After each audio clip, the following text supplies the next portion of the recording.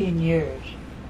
Gosh. And then for this last year, Joachim has been carrying on the walk. But we go occasionally. We went for the Thanksgiving walk, and we're going for a Christmas one tomorrow, because each year of the 18 years we did one on Thursday and also on Christmas. So we're doing the walk tomorrow. What made you start it? Can you recall the first days of the walk? I mean, what motivated you to start it? Sure. I had a day off where I was working. I was working as a business agent for the AGVA, American Guild of Variety Artists. My wife and I decided as long as we had a day off, we'd take a walk. And so people said, well, if you're taking a walk, can we take a walk with you? Sure. So it started out 2 or 3 or 4. And finally, the one on last Christmas, there were 500 there. The one this Thanksgiving, there were 350. And all the time, I've been teaching just a very few things. And some people say, well, and I say to them, why do you keep on coming back? I'm saying the same thing over and over again. Well, I think you'd get it long ago and be sick of the whole damn thing and not come around. There you are. It cost you a lot of ice creams, I understand. Yes. On the one for that Christmas of 500, only about 150 went to the beach. Cost me $80. Oh gosh. But that's all right. And I never let anybody give any money towards it or accepted any money at all. Because, you see, you can't buy truth and you really can't sell it. And the reason you can't buy it or you can't sell it is the thing is, you got to find somebody who's neither buying nor selling, but just trying to be. Huh? So, simple, isn't it? Yeah. Because if you have allowed yourself to be open on a channel, those people weren't coming by for anything I said. I might have centered their attention for a few minutes or an hour or two, but the thing is they let themselves quiet down, be still, be happy. Huh? And it encouraged that to start growing more. Huh? It feels like a big family, and going to the walk feels like That's right. That's right. meeting your family again. And wouldn't it be a wonderful time when the whole world realizes it is just one family?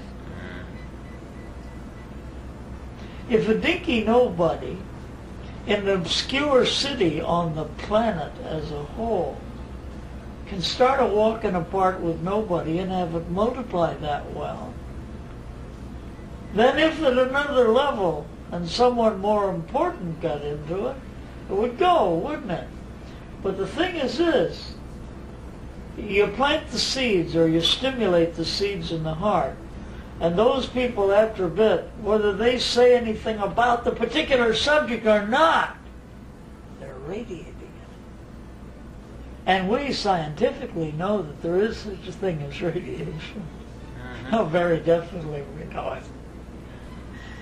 So that's what it amounts to. So if enough of them get catching, it's like measles, it feels good.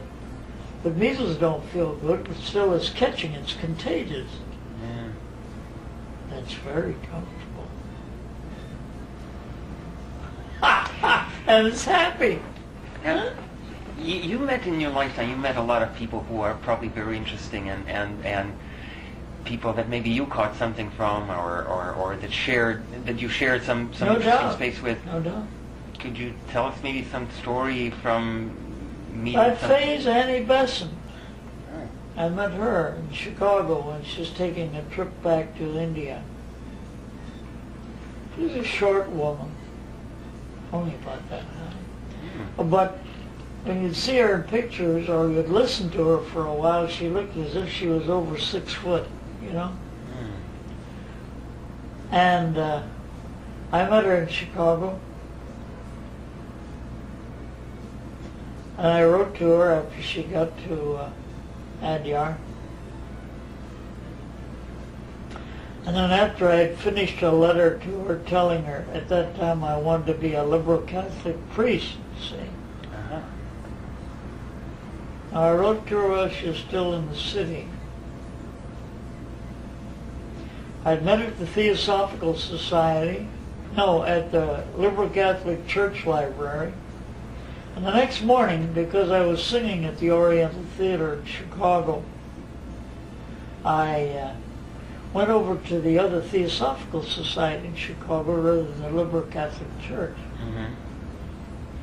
And she was looking all over for me before she left town. I don't know why. But anyhow, I wrote her this letter if there's anything special that she had in mind for me to do. You can imagine a young member of the Theosophical Society, how astounded you would be. Mm-hmm. And in the letter, as a postscript, I put in the letter, of worldly jewels and riches I have none. My wealth of will surpasses all. Thine, not mine, be done.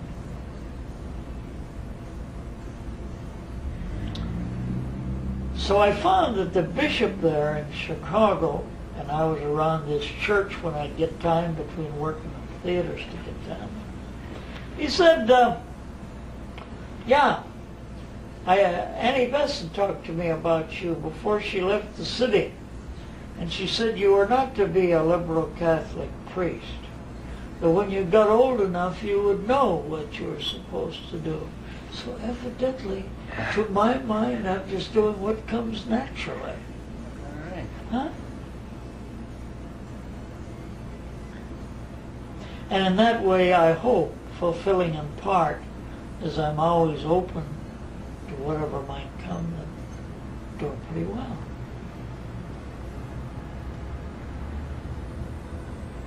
But nobody has to gouge you to me like that. In other words, I guess I got a job of just spreading some seed. Giving a little warmth to the seed that was already there in people so that it starts sprouting a little. It's sprouting, all right. Okay. I understand you also carried a correspondence with Evan Swens. Yes, I met Evans once. Mm-hmm. Went down and talked to him. Mm. And one night when we wrote a certain song, when Gwen put music to certain words, I called him up on the phone. And the particular song we were singing to him was Imagine Not, Think Not, Analyze Not, Meditate Not, Keep in the Natural State. He said on the phone, you're in that state now, stay there. Where before he was sick, but when I got through with that, that's what he said. Yeah, I went down and saw him and he said, well, which one of my books do you like the best? That is the four, And I said, well, the book I like the best is the one that was the concluding one before he put out The Great Liberation, Tibetan Yoga and the Secret Doctrine. Mm-hmm. And he says, what chapter in the book do you like best? I said, Clear Light.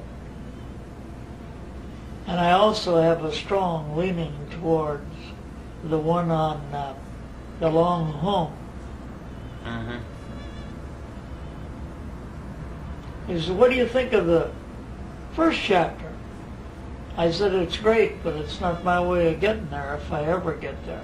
Well, he says, I got another book coming out. That was before The Great Liberation come out. Mm-hmm. And he says, what you want is in that book. Mm. So, for, I guess, at least over 10 years, at the time of Easter, prior to Easter, wherever I am, I do that 6:30 in the morning thing, and everybody's welcome to come. I've did it here for the 10 years I've been living here. You read from the book of the... I read The Great Liberation to them. Mm-hmm. Takes a little over a half hour. And that's every morning? Just 5 mornings a week. Oh, 5 during mornings. that time. Yeah. Because after all, we got Saturday and Sunday,